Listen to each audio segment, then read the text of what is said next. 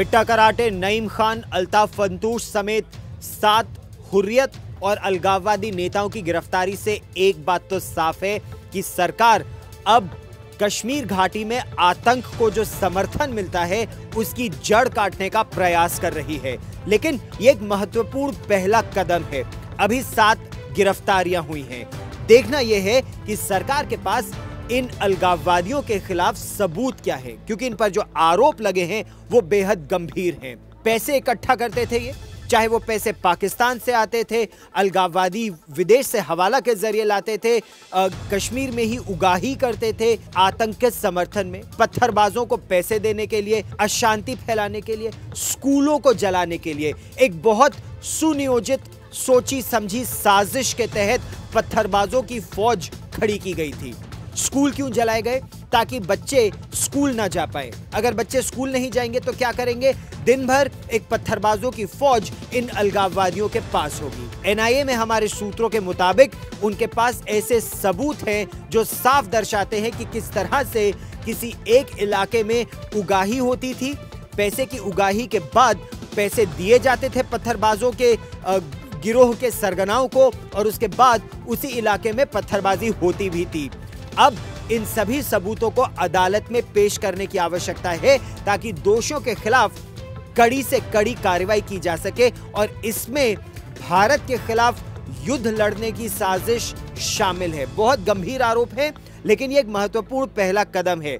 इसके बाद आतंक के जो आका हैं उनके खिलाफ क्या कार्रवाई होगी, और जो अलगाववादियों के आका हैं, चाहे उसमें सैयद अली शाह गिलानी की बात हो, मीरवाइज उमर फारूक की बात हो या बाकी अलगाववादियों की बात हो, क्या उनके खिलाफ भी कार्रवाई होगी?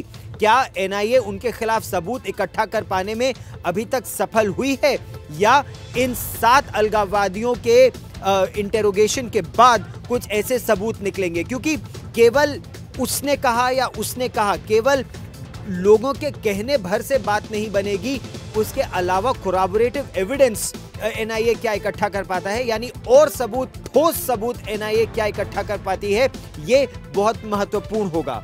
लेकिन अभी तक एक चीज साफ है, अलगाववादियों को या हुर्रियत को पाकिस्तान कश्मीर में वहां के लोगों का रिप्रेजेंटेटिव मानता था। भारत सरकार बिल्कुल नहीं मानती थी, और खासतौर पर नरेंद्र मोदी सरकार ने जब शपथ ली थी तो उसके बाद पाकिस्तान के साथ अच्छी बातचीत चल रही थी, लेकिन अलगाववादियों के साथ बातचीत के मुद्दे पर भारत पाकिस्तान की बातचीत बंद हो गई थी।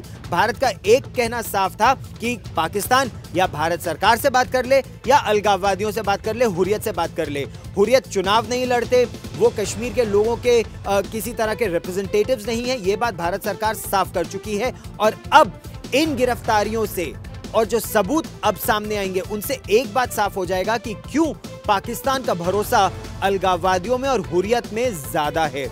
कश्मीर के लोगों की भी आंखें खुल गई होंगी और खुल जानी चाहिए, ताकि उन्हें भी समझ आ जाए कि वो कौन ऐसे लोग हैं जो सरहद पार से या विदेशों से पैसे लेकर कश्मीर में स्कूल जला रहे थे और कश्मीर के बच्चों के भविष्य के साथ खिलवाड़ कर रहे थे। अब देखना यह है कि आगे क्या कार्रवाई होती है, और वो लोग जो कश्मीर में डीएसपी अयूब पंडित को पीट पीट कर मार डालने वाले थे, उनके खिलाफ गिरफ्तारियां कुछ हुई हैं, उनके खिलाफ और उनके आकाओं के खिलाफ क्या कार्रवाई होती है।